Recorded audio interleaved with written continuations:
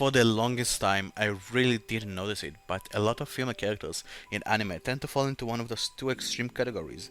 You get the super aggressive, always angry at the joke type, the one who gets mad over literally anything, or the super shy, low energy type who talks like she hasn't slept in 3 years. Not all anime do this, of course, but definitely it's been a trend for a while, and too often these characters aren't even written as actual people. They are more like props for the male lead. Well, but in the past few years, things have really been changing, and I'm so here for it. Three recent female characters that stand out not because they're some over the top, relevating ideas, but because they feel like actual people first, and characters second. They're human, they have flaws, they grow, and honestly, they're way more impactful than any gimmicks. Well, let's start for the first in my list, Momo from Dandadan. Momo is a fascinating to me because she breaks so many of the usual anime patterns. She isn't just the girl who loves the male lead and lets him do whatever while she stands in the background. No, Momo is the second main character, and she holds her own in fights, in emotional moments, and in driving the story forward. One of my favorite examples is in season 2 during the giant worm fight. She's the one who saves Okrun. She makes sure he's okay, then hugs him. Usually it's the opposite in anime. The guy saves the girl cries, rule credit, and that's it. But with Momo, it feels realistic. It's not the man who can protect others, women can too. And maybe that's the part of anime sometimes loses female viewers. If they never see themselves represented as capable, why would they feel, connected? Momo also grows in season 1. Yeah, she relied on Okarun powers a lot, but after training with Granny, she was able to stand her own ground. She's not just a passenger in the story, she's the driver. Now, yeah, I will admit there are some weird fanservice scenes, like the underwear shorts, that really don't add anything, but they made it up by giving her depth and moments of leadership. Like when she confronted her classmates about the whispering incident, she didn't care about rumors or popularity, she cared about protecting the people who matter to her. That's the core of the character, loyal, grounded, and strong without being one-dimensional. Frieren is such an interesting case because we don't meet her at the beginning of the epic quest, we meet her at the end. The Demon King has already been defeated, the party of heroes has gone their separate ways, and Frieren, she's ready to disappear for another 100 of years without much thought. At first I didn't really like her. She felt distant, detached, almost cold. But looking back, that's exactly the point. She's an elf who lived for over 1000 years. 10 years adventuring with the same group is nothing to her. A blink, a single page in a massive book. But over the course of the story, the detachment starts to crack.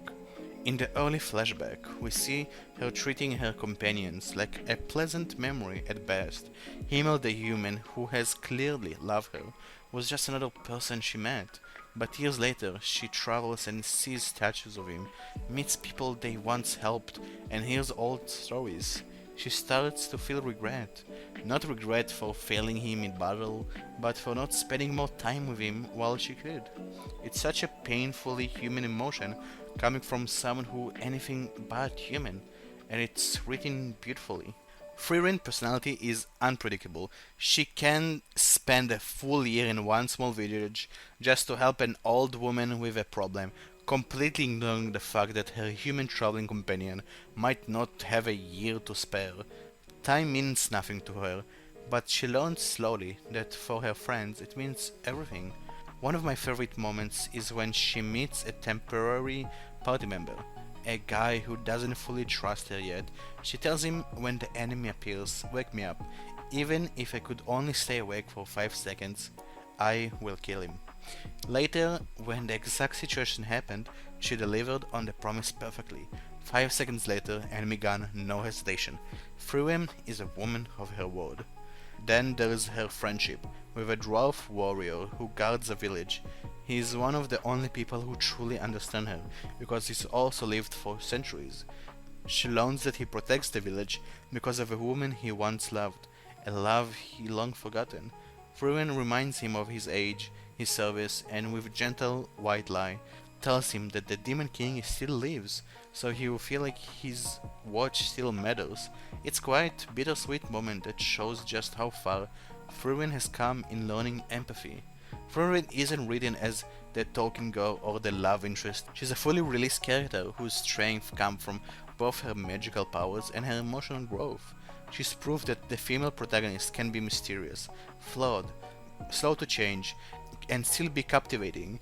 Her journey isn't something about becoming strong enough to save the world, it's about becoming human enough to truly cherish it. Momo might just be the one of the smartest and most refreshing written female leads we had in years, and she's proved that strength in character doesn't always have to mean swinging a sword or blowing things up with magic. Her strength is in her mind. When we first meet Mao Mao, she's not introduced as some chosen hero, she's a servant in an imperial palace, keeping her head down and trying to survive in an environment where politics can be as deadly as poison. And here's the twist. Poison is her specialty. She's an apothecary trained in medicine, herbs, and antidotes since childhood. In genre that often throws female characters into the role of love interest or plot driver, Mao Mao gets to be the plot solver. Momo is blunt, sarcastic, and occasionally a little too honest for her own good. She doesn't pretend to be humble or sweet just to make others comfortable. If something's stupid, she'll say it. If she figures out someone's scheme, she'll expose it. Not for the drama, but because her curiosity and sense of justice won't let her ignore it. But the thing I love the most, she doesn't want power, she doesn't want glory. She wants to go back to her quiet life with her books, herbs, and experiments, even if her own brilliance keep dragging her into bigger and bigger situations. At first, Mao Mao treats her service like a job. She can't wait to quit, but over time she becomes more attached to the people around her. Whether she admits it or not, she'll risk herself to protect them, even when it makes no logical sense for her to survive. That's what makes her grow so good. It's not a big dramatic I have a change moment, it's small, consistent arcs that reveal she's more than just an analytic mind, she has a heart and learns to care. What's so refreshing about Mao Mao compared to other female leads, it's that she's not defined by romance. Yes, there are characters who take interest in her, but her story isn't built around who she will end up with. It's about what mystery she'll solve next, and how far she'll go to protect those that she cares. She's proved that female characters can be cunning, funny, deeply skilled, and still flawed, without being boxed into the same two personalities. We're living in a bit of a golden age of female protagonists. Momo shows us that women can be a fighter, a protector, and an emotional anchor at once. Frieren can remind us that strength can come from emotional growth, even after 1,000 years of isolation. Mao Mao proves that intelligence, wit, and quiet courage can just be as powerful as a magic spell or a swing of sword. It's not just these characters are strong, it's they are human, they have depth, they have mistakes, and they grow. And when female characters are written this well, they don't just make the story better, they make the audience feel seen.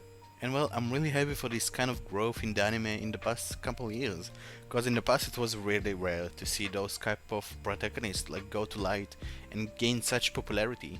But now everybody talks about it, and it's really good to see that happening. Well, tell me what you thought about this kind of video, and I hope you liked it.